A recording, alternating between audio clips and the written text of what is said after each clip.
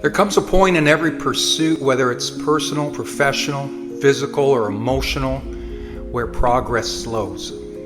The excitement fades. The steps that once felt clear begin to blend into routine. The effort that once felt energizing starts to feel heavy.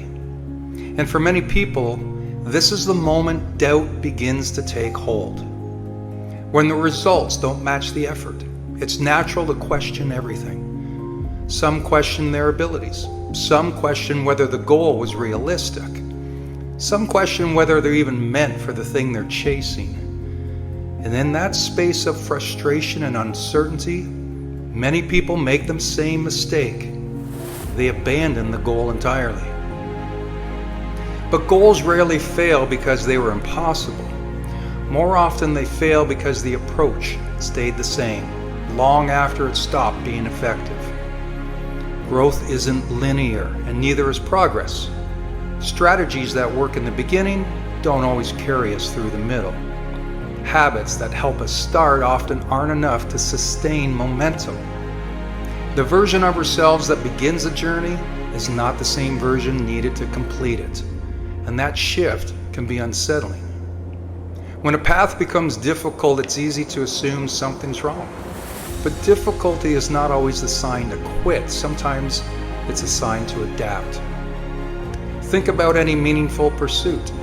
Someone trying to get in shape may hit a plateau, even with consistent effort. Someone building a business may reach a point where their usual methods no longer produce results.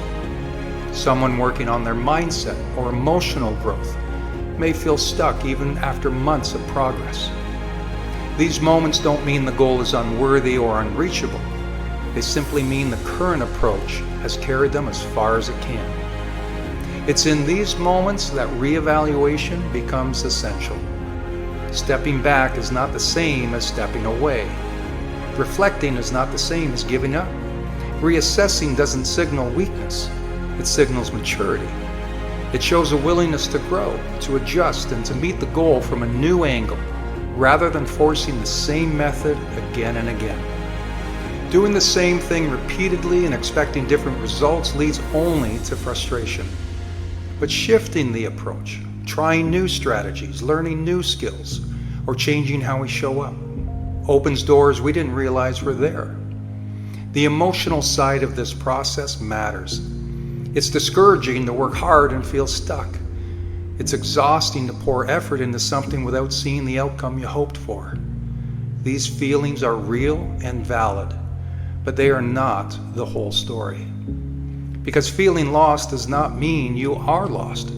Feeling stuck doesn't mean you're failing. Feeling uncertain doesn't mean the goal is wrong. It simply means something needs to evolve. Not the dream itself, but how you're moving toward it. Every meaningful journey involves this kind of recalibration. Athletes change their training approach. Entrepreneurs refine their strategy. Artists, they shift their technique. Individuals striving for personal growth adjust their habits and routines. These changes are not signs of defeat, they are signs of wisdom. A new approach can reignite momentum. It can reveal solutions that weren't visible before. It can help you grow into the person who can achieve the goal you set out for. Someone more capable, more adaptable, and more resilient than when you began. If you're frustrated, exhausted, or questioning your path, pause before you walk away. Step back, breathe. Look at what's working and what isn't. Then adjust your direction, even slightly. A small shift in strategy can create an entirely different trajectory. Goals remain steady, approaches evolve. And the moment you allow yourself to adapt, you reclaim your ability to move forward. Sometimes the next breakthrough doesn't come from trying harder. It comes from trying differently.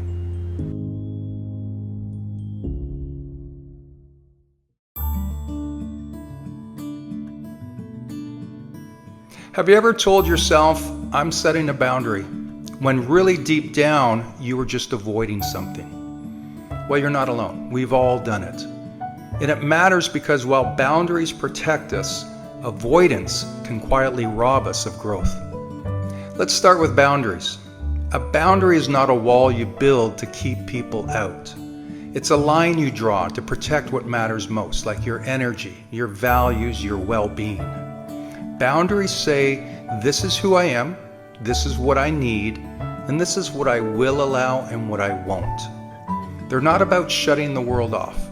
They're about keeping yourself safe enough to show up fully in it. Think of boundaries like the guardrails on a highway. They don't stop you from driving, from moving forward, or from reaching your destination. They simply keep you from swerving into danger. Now, without them, the road becomes unsafe, chaotic, even destructive. Boundaries in life do the same. They keep us grounded, focused, and able to give our best where it matters most. Now let's talk about avoidance. Because avoidance wears a disguise. It can look like a boundary. It can sound like, I just don't deal with that person anymore, or I don't want to think about it. But avoidance doesn't protect you, it limits you. Avoidance is about fear. It's about running from discomfort instead of learning from it. Here's the difference. A boundary is created from strength. Avoidance is born from fear. Avoidance says, I don't want to feel this, so I'll just hide. Boundaries say, I'm strong enough to face this, but I choose to protect my peace as I do. Think about a tough conversation with a loved one. Avoidance says, I'll just ignore the problem. But that problem grows and it festers. It creates distance, bitterness, and pain. A boundary, on the other hand, says, I'm willing to talk about this, but I won't allow shouting, disrespect, or blame. If we can talk calmly, I'm here. Now that's not hiding, that's protecting while engaging. Avoidance keeps you stuck. Boundaries help you move forward. Boundaries do require courage. It takes strength to say no. It takes clarity to announce what matters most. Avoidance feels easier in the moment because it lets you step away from the discomfort. But the growth you want, the healing you crave, the relationships you long for, they don't live in avoidance. They live on the other side of courage. So how do we know the difference in our own lives? Are you protecting yourself so you can grow, or are you running away so you don't have to face the hard stuff? That's the question that can shift everything. Protecting yourself while engaging in life, that's a boundary. Running away to stay safe but stuck, that's avoidance. And it's okay if you've been avoiding. We all do it. There's no shame in being human, but there's power in recognizing it. Because once you see the difference, you get to choose differently. You get to set boundaries that honor who you are instead of slipping into avoidance that keeps you from who you could become. At the end of the day, your life deserves clarity. You deserve relationships that are built on respect, not resentment. You deserve to walk through this world with peace, not with fear. And that means learning the art of setting boundaries without falling into the trap of avoidance. Boundaries are not about shutting life out. They're about letting yourself in, fully, authentically, powerfully. Avoidance will keep you small, but boundaries will give you the strength to stand tall. You don't have to hide from life. After all, you were built to live it.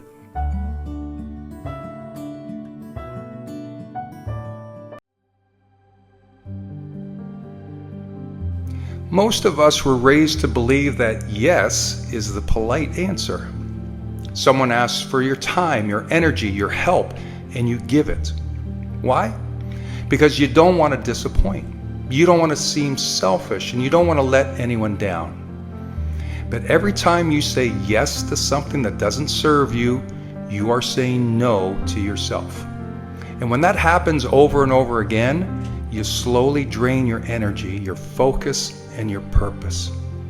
Saying no isn't about being cold or uncaring. It's about being disciplined.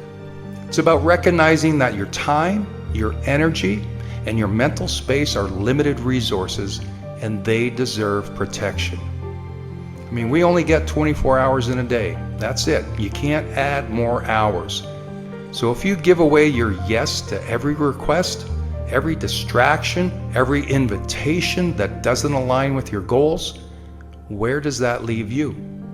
Usually exhausted, unfocused, and quietly frustrated with yourself.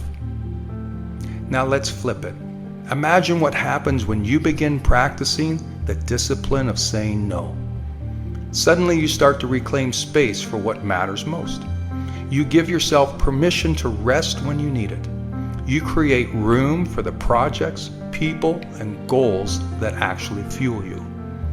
Your no is just as valuable as your yes. Let me give you an example.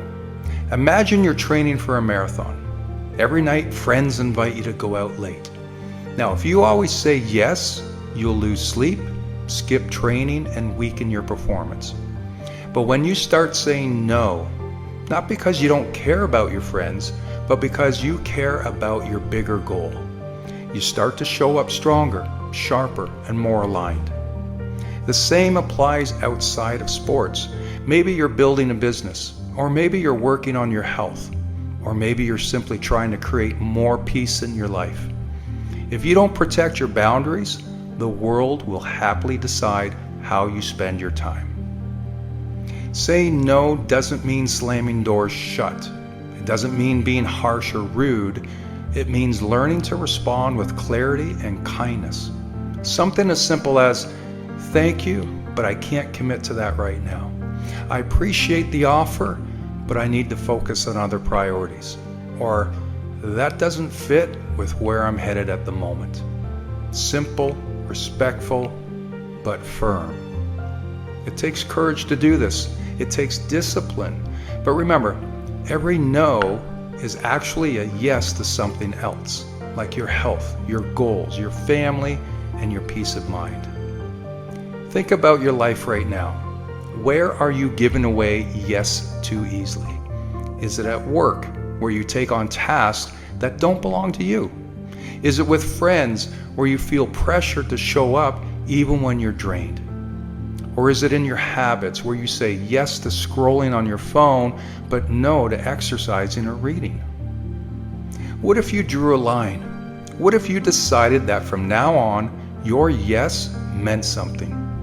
Make it intentional. Make decisions that align with your beliefs and values. That's where freedom begins. That's where discipline becomes your ally.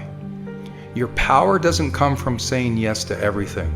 It comes from saying yes to the right things and having the discipline to say no to the rest.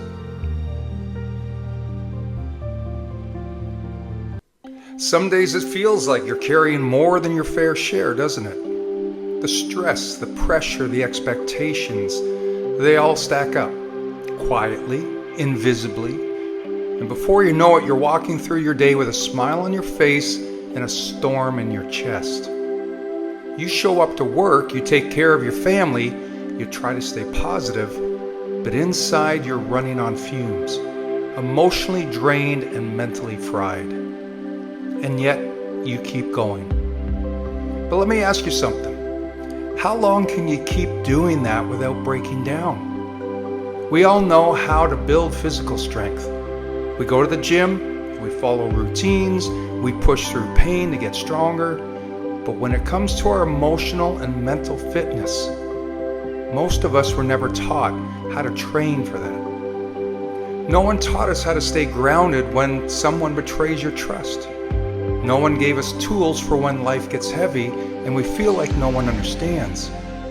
No one prepared us for the nights when our mind won't shut off and the weight of everything starts to feel unbearable. So let me say this, if you're struggling right now, you're not broken, you're just untrained. Mental resilience isn't about being tough. It's not about pretending everything's fine. It's about learning to navigate life's chaos with more control, more clarity, and more compassion for yourself. It's about training your mind the way you train your body. You wouldn't expect to lift 200 pounds without practice. So why expect to handle grief, disappointment, rejection, and anxiety without emotional reps? So start small, start with awareness. Notice your triggers instead of judging them. Start with breathing. When your heart races, pause. Inhale slowly. Reset. Start with boundaries. You don't have to be everything to everyone. And start with truth, not the lies your fear tells you, but the truth your strength is whispering underneath. That you're still here, that you've survived every hard day before this one, that you're more capable than you think. Now, you don't have to do this alone. Find support, talk to someone, journal, pray, meditate, walk, reflect, or hire a coach. Build habits that refill you instead of draining you, because emotional fitness isn't a luxury, it's a necessity. It's what allows you to show up with grace when things fall apart. It's what gives you space between the trigger and the reaction. It's what keeps you grounded when the people around you are losing themselves. Life doesn't ask if you're ready, it just comes. With its heartbreak, its curveballs, its beautiful chaos. But when you've built that emotional strength, when your mind is trained, your heart is anchored, and your spirit is steady, you won't just survive it, you'll grow through it. So if no one ever told you how to build emotional fitness, let this be the moment you start. Not someday, not when feelings settle down, but today. Because resilience isn't about being unshaken, it's about rising again and again, no matter how many times you fall. That strength lives in you. Train it, nurture it, trust it. You're stronger than you think. Don't get over-focused on the finish line. Everybody wants results. Everybody wants the win, the trophy, the body, the money, the recognition. And yet most people stay stuck. Not because they don't have the talent, but because they're too focused on the outcome and not focused enough on the process. You see, results don't show up overnight. They're built quietly, in the dark, one choice at a time. And when you obsess over the finish line, you miss what really matters. It's the steps that get you there. You can't control when the outcome shows up, but you can control how focused, intentional, and consistent you are. The process is what shapes you. It's where the discipline is built. It's where you learn how to handle pressure, bounce back from setbacks, and sharpen your skills. And if you skip the process, you skip the growth. And without growth, any win you get won't last. If you want to achieve more, stop chasing the end result like it's the prize. Start falling in love with what gets you there. And that means showing up even when you don't feel like it. That means doing the boring work when no one's watching. That means sticking to the plan even when progress is invisible. Most people quit not because they weren't capable, but because they couldn't stay consistent through the slow part. And that's where the magic is. That's where the transformation happens. If your goal is to run a marathon, your job isn't to obsess over race day. Your job is to lace up your shoes today. Your job is to do the run, eat the right food, stretch, rest, and repeat. If you do that long enough, race days take care of themselves. If your goal is to write a book, your job isn't to visualize a bestseller every day. Your job is to write 500 words every day, good ones, bad ones, it doesn't matter. Just keep writing, because that's the process. And if you show up for the process, the book gets written. But here's the key. You've got to stop tying your self-worth to results you can't control. You are not your follower count. You are not your paycheck. You are not your outcome. You are your effort. You are your habits, and you are your focus. This is what separates the elite from the average. Process-focused people trust that their effort will pay off, even when they don't see immediate returns. They understand that success is a delayed reaction to consistent action. So if you're feeling frustrated, if you're stuck in that "why isn't this happening yet" loop, check your focus. Are you obsessing over the finish line, or are you locked into the next step, the next call, or the next opportunity to improve? If you want a better life, then build better systems. If you want more peace of mind, then let go of the outcome and give everything to the moment you're in. And when it gets hard, and I know it will, don't look ahead, don't look back. Just look at the step you're on and take it with everything you've got. Because in the end, the person who wins isn't the one who had the best plan. It's the one who worked the plan the best. The one who showed up day after day, even when it was hard, even when it felt like nothing was happening. Just trust the process, stick with it, and you'll be amazed at what stacks up when you stay focused on what really matters.